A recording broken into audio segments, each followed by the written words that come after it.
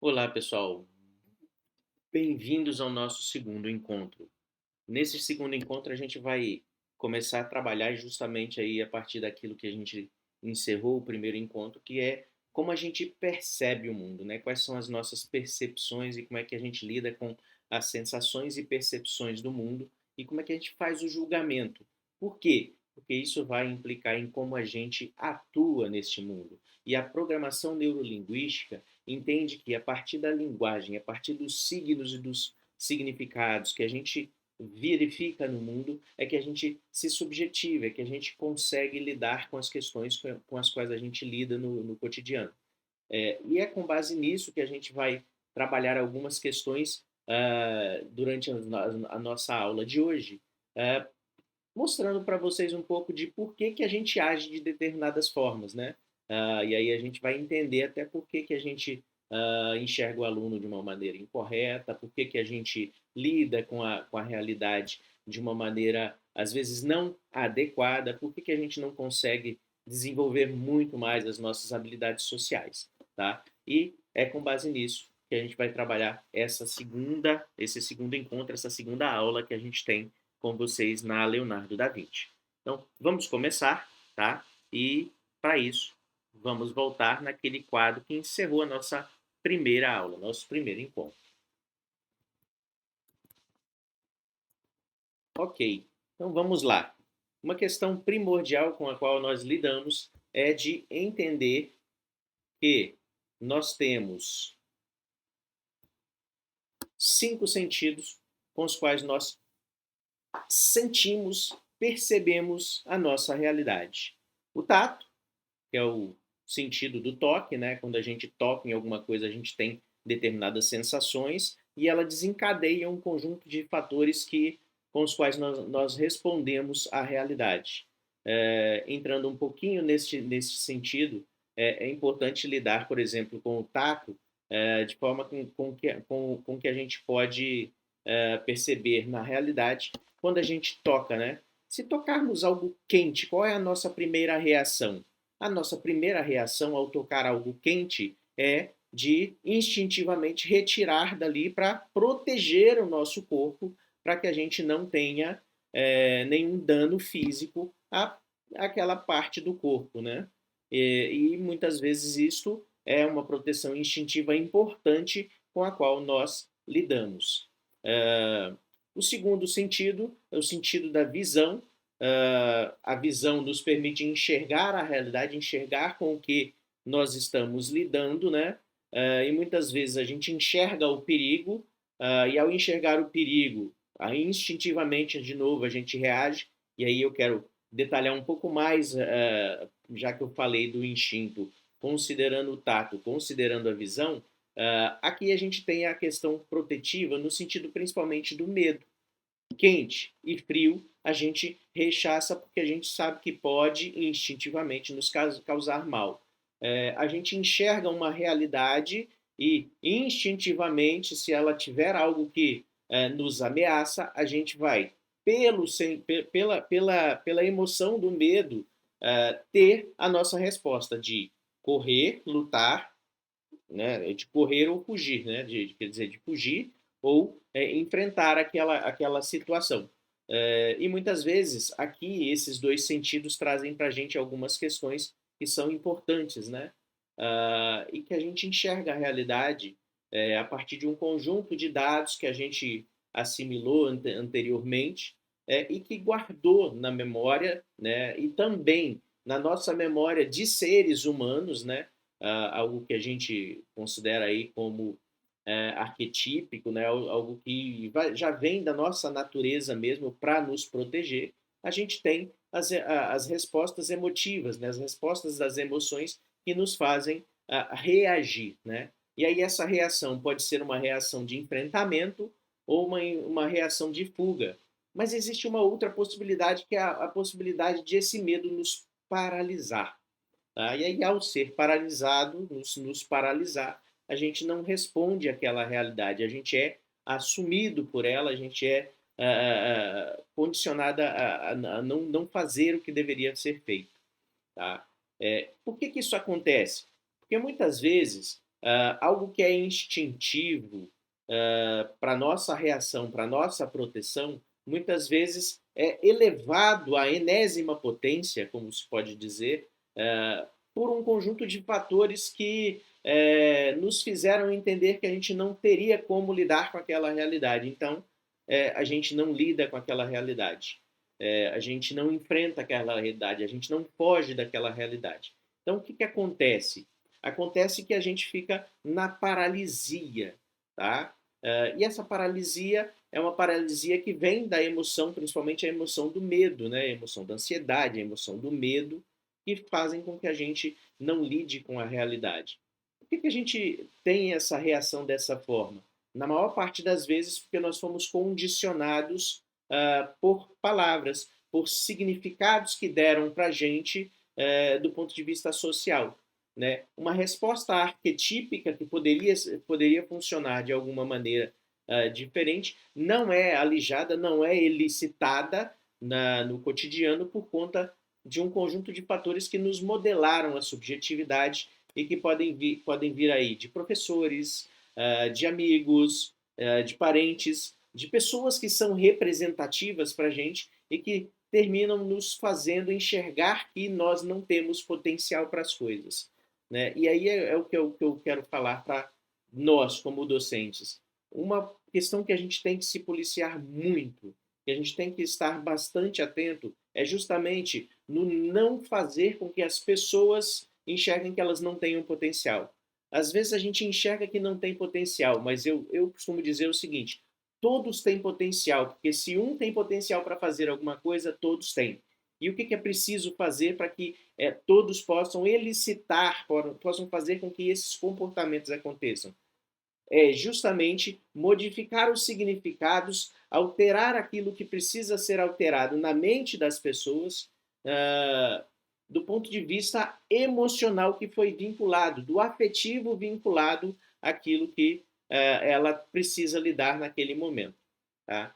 Professor, explique um pouco melhor como que a gente vai fazer isso. Vamos lá.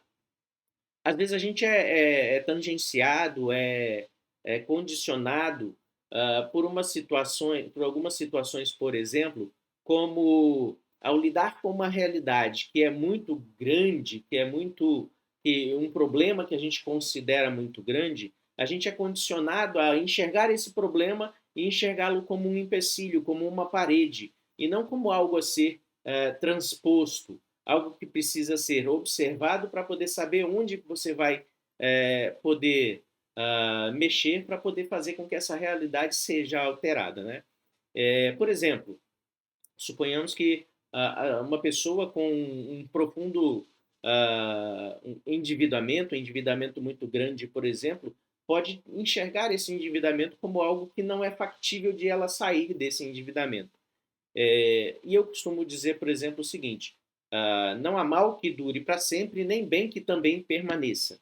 Então, o que, que acontece? A gente tem que enxergar que a realidade ela não dura para sempre, o problema não dura para sempre, mas a gente tem que enxergar como que a gente pode transpor essa condição problemática. Né?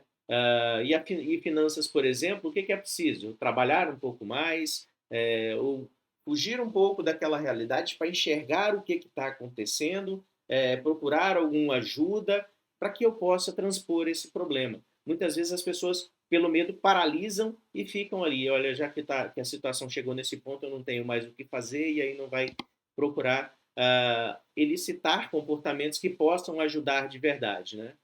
E isso é negativo, né? É uma visão negativa da vida que a gente assume justamente por conta dos condicionamentos sociais que vão trazendo para a gente essa percepção, né? Esse afeto para dentro de determinadas percepções, e aí a gente não sai mais do lugar. Então, essa é a grande condição. Eu falei desses dois grandes, é,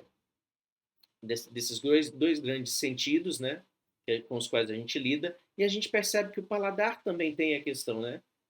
Muitas pessoas dizem, por exemplo, que ao passar por uma situação sentem um gosto ruim na boca, né? Essas pessoas têm o sentido do paladar ele é afetado pela questão dos problemas, né? Então você vê claramente esta condição.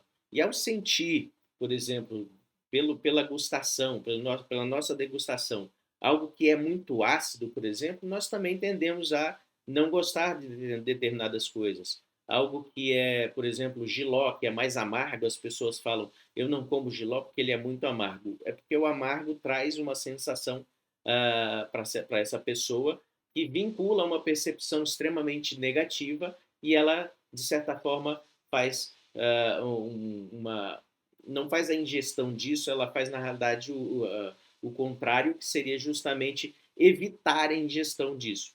Por que isso acontece? Também é algo do nosso sistema límbico, tá? Que é uma resposta elicitada do nosso corpo para proteger a nossa integridade física. Mas o que acontece? A necessidade que a gente tem é de justamente perceber o que de fato vai fazer mal.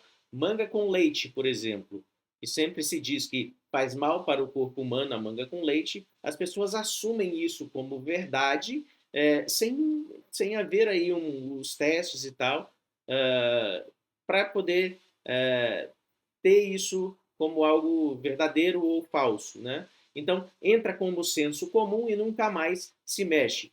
É uma questão da perspectiva social, dos significados que são dados, né? Muitas vezes isso acontece por quê? Porque alguém passou mal com manga com leite, mas muitas vezes é justamente porque pegou uma manga verde, uma manga que está com algum problema e o leite, de certa forma, talha. E ao talhar, ele tem algumas questões que podem alterar a bioquímica do nosso corpo. Então a gente tem que estar atento a essas questões mais que são mais reais, mais científicas, para poder lidar com determinados aspectos do nosso cotidiano. Então, nós, professores, somos formados para poder formar outras pessoas e, ao mesmo tempo, como cientistas que somos, afinal, nós fizemos uma faculdade e aqui estamos estudando ciências da educação, por exemplo, para que a gente possa entender melhor o que acontece com a questão da aprendizagem. Da mesma forma, a gente está falando dos sentidos aqui nesta direção.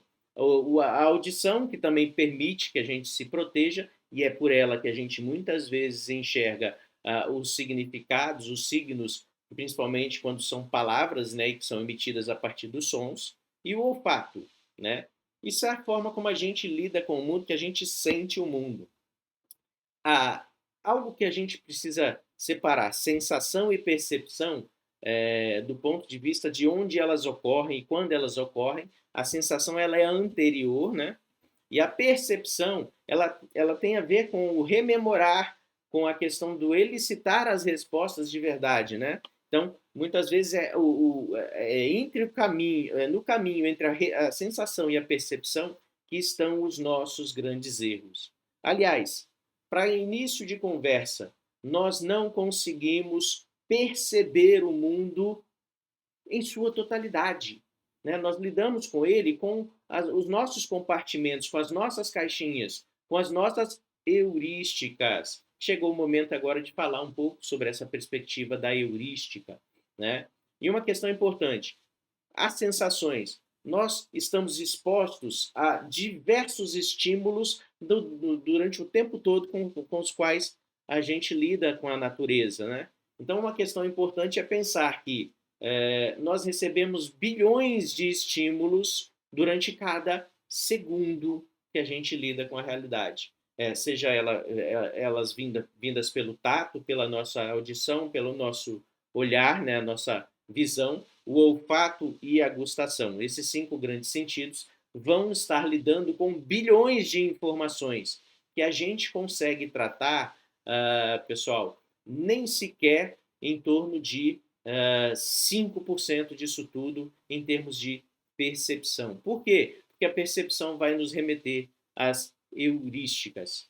Vamos lá. Heurística, professor. O que é heurística? Heurística é o caminho simplificador de toda a realidade. Tá?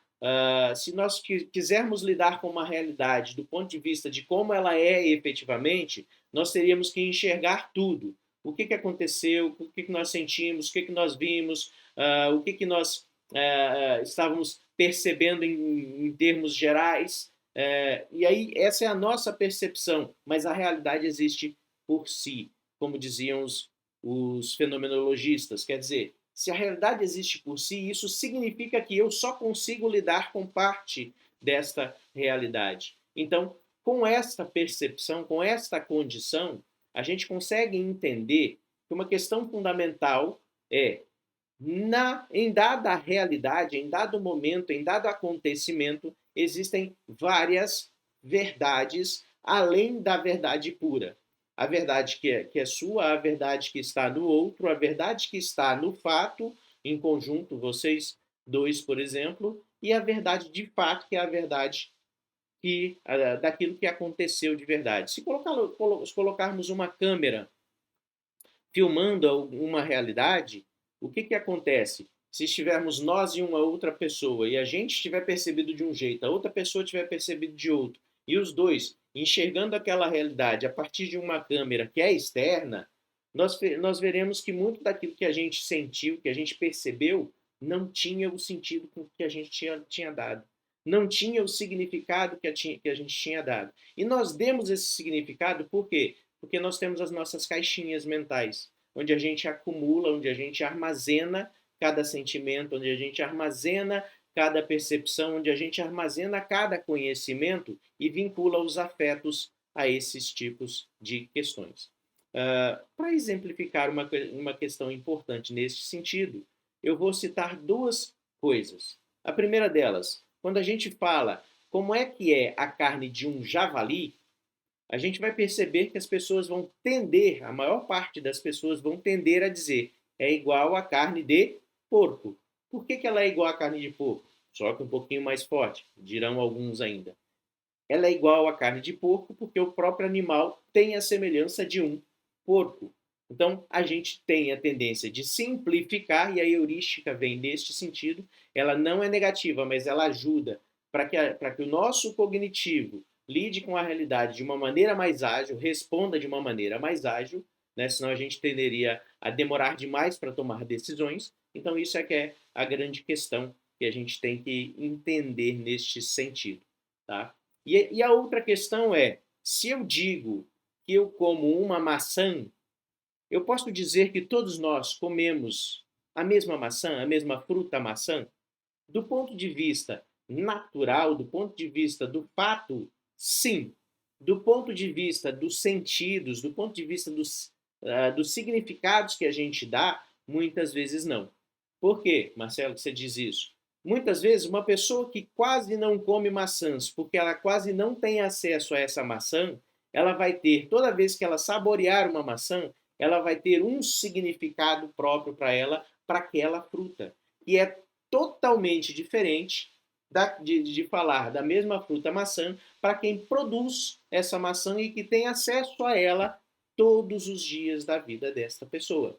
Então ela vai ter um sentido para essa pessoa diferente daquele que quase não tem acesso. É aquela história de a gente pegar, por exemplo, os nossos manuais para a educação infantil, há algum tempo atrás, onde a gente colocava todos os tipos de fruta de qualquer maneira e lançava aquele mesmo material para o país inteiro. Nem todo mundo efetivamente vai entender o que é uma uva. Nem todo mundo vai entender, por exemplo, o que seria maniçoba, que é um prato típico lá do norte do país. Quer dizer, a gente tem que entender bem essa questão das realidades culturais para poder dar um significado para aquilo que a gente vai tratar com as pessoas. Isso tudo implica nessa perspectiva de como a gente percebe o mundo. Tá? E se eu percebo o mundo a partir de heurísticas, já tem um significado para mim de que eu não estou lidando com uma realidade do ponto de vista real, do ponto de vista de enxergar o fato de verdade. Eu estou lidando com a realidade com a minha lente, o meu mundo. Tá? E aí tem algo importante aqui para poder citar para vocês que nós vamos ver também nesta nossa disciplina. Isso significa que nós temos mapas da realidade. Que a gente gera mapas. Para poder facilitar o nosso contato com a realidade, a gente produz mapas e armazena na nossa mente. tá? O pastor Cláudio Duarte tem a tendência, tem uma coisa que ele fala bastante quando ele fala de casais, e aí eu vou citar isso aqui justamente por conta dessa perspectiva, que ele coloca que muitas vezes a mulher, por exemplo, ela tem essas caixinhas meio que uma misturada com a outra em determinados aspectos, o que não é negativo, às vezes é até muito mais positivo, né? Então, quando acontece de ela estar lidando com uma conversa com um homem, muitas vezes, no caso, como ele fala, em casais, né? Ela fala de uma coisa e o homem tá com uma caixinha errada aberta, né? Ele só lida com uma coisa por vez, enquanto a mulher consegue lidar com mais de uma. Então, essa é uma questão interessante para a gente lidar aqui, perceber também dentro dessa nossa disciplina, tá? Hierarquia de valores, a gente vai usar como mapas. Um pouco a perspectiva do conjunto de pessoas com os quais nós lidamos e que são representativas vão trazer para nós indicativos sobre este mapa, né? Então, nós, professores, dentro de sala de aula, encontrando alunos com diversas origens, diversas condições diferentes, a gente precisa lidar com uma perspectiva de que é equalizar essas pessoas para que a gente possa avançar e eles possam entender o que a gente precisa conversar com eles, transmitir para eles, para que a gente lide com a realidade integral dessas pessoas e que a aprendizagem seja mais efetiva. E entender que existem mapas para essas pessoas e que a gente precisa transpor um pouco, fazer com que eles transponham um pouco esses mapas, que eles percebam que os mapas não são uma realidade, mas que tem coisas que precisam e podem ser rediscutidas, é importante, né? E aí é nesse sentido que a gente lida com essa questão da percepção do mundo. E aí, algo que a gente já sabe, né? A gente nas ciências da educação a gente já discute bastante há algum tempo, é essa perspectiva da predominância sensorial.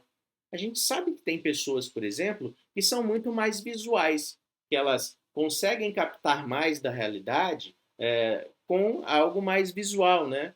Então, classicamente, a gente vai ter aí a condição, por exemplo, de, ao lidar com uma sala de aula, ter uma atividade que seja mais interativa, com a qual a pessoa possa enxergar a realidade, enxergar aquilo com que ela precisa lidar. Do ponto de vista da geografia, por exemplo, os mapas com indicativos, e aí muitas vezes tentar trabalhar com a questão multimídia, e aí trabalhando de forma que a pessoa enxergue movimentos e outras coisas que vão permitir que ela assimile com mais facilidade. Outros são mais auditivos, né? As pessoas mais auditivas, elas têm a tendência a escrever, a ficar observando, mas o que ela tá mais prestando atenção é na fala que a gente tem, né? Ela não está tão vinculada na questão do multimídia do ponto de vista visual, mas do que ela ouve. Por exemplo, voltando para a questão dos mapas, um mapa que seja muito parado ou que mesmo sendo multimídia não tenha sons e não tenha questões que possam indicar, por exemplo, nós temos 5 continentes, cada continente tem determinadas questões que são representativas, como animais selvagens, como grandes florestas. Quer dizer, se a gente passeia sobre um mapa e tem ali algumas questões que são significativas daquele local, isso faz com que a pessoa vincule e assimile com maior facilidade o local de onde você está falando para depois uma rememoração e poder fazer a aplicação desse conhecimento, né? Outros são muito mais reflexivos, então a gente percebe que a pessoa fica ouvindo, vendo o que a gente está falando, mas que ela fica ali pensando, né? Tentando refletir e às vezes até levanta a mãozinha para poder perguntar e falar, mas isso assim, assim, assado. Quer dizer, essas são as pessoas que têm uma predominância sensorial muito mais reflexiva. Ela quer dizer, ela provavelmente mistura um pouquinho dos outros 3 sentidos para poder depois, já processando, tentando um início de processamento, procurar entender melhor aquela realidade, né? E aí a predominância sensorial final a gente tem o sinestésico. O que é o sinestésico? é aquele que precisa da atividade para poder entender, né? Aquele que precisa não só ver, não só ouvir, não só pensar, mas que ele precisa botar a mão na massa muitas vezes, né? E aí a gente percebe que essas pessoas muitas vezes têm uma dificuldade, porque em sala de aula, em muitos aspectos, o que a gente verifica é que que as pessoas não têm muito aprendizado justamente porque o conjunto de pessoas que são mais sinestésicos e que muitas vezes numa sala de aula tradicional ficam muito paradas, elas têm um único caminho para poder fazer a possibilidade de aprendizagem, que é escrever. Então elas ficam lá prestando atenção, elas ouvem, elas tentam acompanhar tudo, mas elas estão escrevendo, às vezes desenhando, e nesses desenhos elas terminam também fazendo um pouco a assimilação, e muitas vezes os professores têm a tendência de achar que isso é um desvio de atenção, né? Muitas vezes sem perceber essa condição, apesar de nos bancos da faculdade se falar bastante sobre isso, principalmente nos últimos 10, 15 anos, né, gente? Então a gente tem que estar atento a isso. E a atenção aos canais sensoriais representativos das pessoas nos permite, como professores, em sala de aula, quando estamos à frente de uma turma, por exemplo, ou até mesmo numa sala de aula mais invertida, onde a gente coloca os alunos para trabalhar, observar de fato quais são os canais sensoriais mais representativos entre os alunos, até para que a gente possa, de fato, colocar junto pessoas que tenham uma maior condição de interagir de maneira mais efetiva. Né? Aqueles que gostam mais de ação, coloca junto para poder conduzir um projeto. Aqueles que são mais auditivos, coloca junto para poder fazer grupos de verbalização e observação. Quer dizer, vai ter uma condição diferenciada nesse sentido de assimilação de aprendizagem. Envolve, sim, repensar nosso planejamento e tudo mais. Né? Isso por quê, gente? Porque tudo com o qual a gente lida e que elicita os nossos comportamentos faz com que a gente recupere conhecimentos e faça a aplicação, tudo armazenado. Mas é armazenado como? Na nossa mente. Nós temos memória de curto, médio e longo prazo. Primeira questão que a gente precisa lidar, né? Em termos de tópica, é que a gente tem memória de curto, médio e longo prazo. A memória de curto prazo é aquela onde ficam os conhecimentos que a gente usa com mais constância, né? A memória de médio prazo, o que a gente precisa estar recuperando de vez em quando, com uma constância maior e tudo, né? Mas que não precisa ficar na nossa mente ocupando espaço ali o tempo inteiro. E na memória de longo prazo, a gente armazena tudo, né? E lembrando, em cada memória dessa, a gente tem que lembrar que existe uma questão afetiva vinculada, né? E muitas vezes, lá atrás, a gente aprendeu um conhecimento que é muito importante sobre, por exemplo, fatos relativos à realidade do ponto de vista de palavras que a gente ouve, né? O caderno negro, a situação tá preta e tudo mais. Isso aí traz para a gente uma situação, quando a gente enxerga algumas coisas na realidade, que eles citam comportamentos que muitas vezes nós nem queríamos que acontecessem. Tá? Coisa que está lá atrás, lá na nossa memória de longo prazo, que de repente vem aí como flash, mas vem incompleto. Vem só o afeto, mas não vem o conhecimento todo que foi dado para a gente. Então a gente tem essa condição, essa situação que vai nos implicar numa aplicação incorreta do nosso conhecimento. Tá? E a outra tópica que a gente precisa ter clareza é que muito da nossa realidade é consciente. Mas quanto é esse muito, professor? 10% daquilo que a gente tem de comportamentos, de conhecimentos, de habilidades, a gente faz conscientemente, gente. A gente aplica conscientemente. Só 10%. Entre 50% a 60% dos nossos comportamentos, da nossa habilidade, ela é aplicada de forma subconsciente. A gente recupera a memória, recupera algumas coisas e recupera também os afetos para que a gente possa fazer aí o uso adequado e tudo mais, tá? Só que a gente tem muito, tá? 30 a 40% daquilo que a gente faz no nosso cotidiano é inconsciente. O que significa isso? os signos, os significados, os afetos que a gente assumiu e vinculou a determinados conhecimentos, a determinadas realidades, eles ficam armazenados muitas vezes na memória de longo prazo e também de forma inconsciente eles são recuperados e a gente não lida com a realidade de uma maneira adequada. Por que eu falei da situação, por exemplo, do conhecimento sobre a questão, sobre as falas que a gente ouve do ponto de vista do senso comum da lista negra, da situação tá preta, é que o negro, a questão da cor termina sendo trazida para a gente sempre como com um afeto negativo. E esse afeto negativo implica em que, em muitos momentos, mesmo não sendo racistas, muitos de nós terminam elicitando comportamentos que não são adequados na realidade, praticando ações racistas, praticando questões que são de discriminação, sem mesmo darmos conta disso. Tá? Então, essa é uma condição que a gente precisa ter clareza. E essa aqui, por exemplo, já é uma situação clássica da heurística em funcionamento, que é o uso de mapas inadequados. Dizer, por exemplo, quem usa jaleco branco? A tendência, profissionais de saúde, beleza, só que a gente sabe que existem, por exemplo, o uso de jaleco branco entre religiosos de religiões de Umbanda. A gente sabe que existe o uso de jaleco branco pelos açougueiros. A gente sabe que existe o uso de jaleco branco em muitas atividades que lidam com questões que precisa separar bem aquilo que tem o corpo daquilo com o qual você está lidando. Para quê? Para permitir uma visualização mais clara sobre aquilo que está sendo feito, sobre as condições sobre as quais estão sendo feitas determinadas coisas.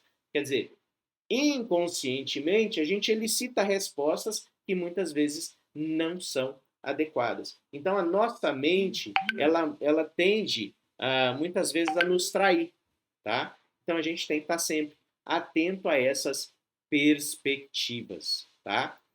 Para não ficar muito longa essa nossa aula, eu vou terminar este vídeo aqui e no próximo vídeo a gente começa a discutir essas questões mais da heurística e de como a PNL ajuda para que a gente possa entender a realidade de uma maneira diferente. Até daqui a pouco, depois a gente fala mais sobre programação neurolinguística.